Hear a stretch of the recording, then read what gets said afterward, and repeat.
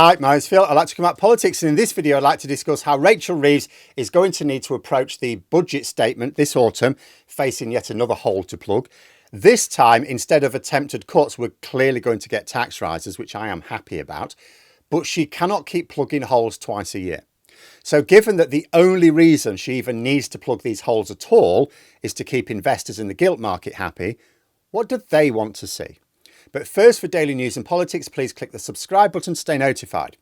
So the economy unexpectedly contracted in both April and May. Both of these events have been linked to Trump's tariffs.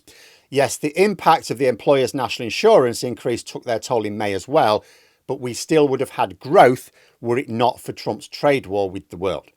And the government are unlikely to increase the tax burden for businesses again this parliament, but Trump is still pursuing his self-defeating tariff policies. So we're going to continue to have our already fragile economy battered by the wayward orange storm, which means that as things stand, there will be a hole to plug this autumn. It will appear again next spring, then next autumn, and so on. Everyone is clear that a very different approach is needed. Not everyone agrees on what that approach should be. But who are the people who really matter here? Well, investors in the gilt market. To highlight this, we go back to Liz Truss's mini budget. Why was she ousted? It wasn't because her own MPs didn't like the budget. They loved it. It wasn't because businesses were up in arms. It wasn't because donors got angry. It wasn't even because the public were angry about it. It was because investors sold gilts in a state of panic about the future prospects of the UK's government capacity to service the national debt if it was going to borrow recklessly. And then that set in a chain of motion that made everyone else unhappy, rising interest rates and so on. Now, when it comes to the budget, Rachel Reeves only really has to heed two groups of people. First are the gilt investors, as demonstrated by the fate of Liz Truss. Second are her own MPs, as demonstrated by the recent mess over PIP payments. That's it. Most voters don't pay attention to the minutiae of budgets or how you arrange them. And as far as Labour MPs are concerned, they don't much care about the OBR forecast anyway, because they know it's bollocks.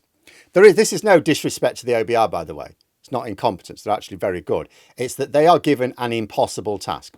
They have to calculate, based on the budget and other data, how large our economy is going to be in exactly 5 years' time, down to less than £1 billion, and also how much bond yields will be in 5 years' time as well. This is ridiculous. You can't possibly hope to calculate either of these things to any degree of accuracy. So why do we do it? To give investors in the gilt market the confidence that we will be able to pay the yields, which is how the government pays the interest on the national debt, for the long term. But most big investors aren't stupid either. They know that adjusting a 5-year forecast all the time isn't necessary. The International Monetary Fund, or IMF, have offered up two solutions. The first is to just ignore minor breaches of the rules. That would be the best option economically. However, politically it won't work. Ever since Liz Truss, there is so much fear of being seen to play fast and loose with fiscal rules that although governments would happily have done this 10 years ago, not so much now. So the IMF's second suggestion is, okay, if you're going to muck about, at least just have one forecast a year instead of two. See, we used to have two budgets a year. Rachel Reeves straight away said, look, that's silly. We just need one budget a year. But she still has two forecasts a year. So if, for example, Reeves just announced her budget in, let's say, October, and there was no forecast in March, no update in March, she wouldn't have had to have made those corrective actions this spring, which resulted in a lot of damage in fights in Labour. This would still be economically sound because, like I say, the idea of having a 5-year forecast and adjusting it every few months is a complete nonsense. And economists and serious investors know it. But what would gilt investors think? The entire reason for having these forecasts and sticking to fiscal rules is to maintain their confidence. No one else cares. Well, according to the Financial Times, people in the city seem confident that the bond markets will be more than fine with this. In fact, the suggestion is they'd almost consider it essential. So it sounds like this could work both economically and politically. Economically, it would stop Reeves needing to correct her budget twice a year for the sake of literally a few £1 billion, which is way smaller than the margin for error on a 5-year forecast. Like, just to be clear, the error on the OBR's 5-year forecast is considered to be 0.9%. Now, I'm going to say that is impressively small. That's a really low percentage error for those who aren't into their stats. Yet, that still amounts to an error in money terms of over £25 billion. So this spring, Reeves had to initiate a budget correction, which caused a lot of fuss, a lot of damage, right? Because of £4 billion. The margin for error is £25 billion. She should have just ignored it. But because of Liz Truss, she can't ignore it, right? So it's a complete nonsense. So if Reeves only presented her annual budget, she should have just done her budget in October and not had an update in March, just like, no, we're fine. Then that would have been it. There would have been no correction. It would eliminate an entire annual pearl clutching on the part of investors.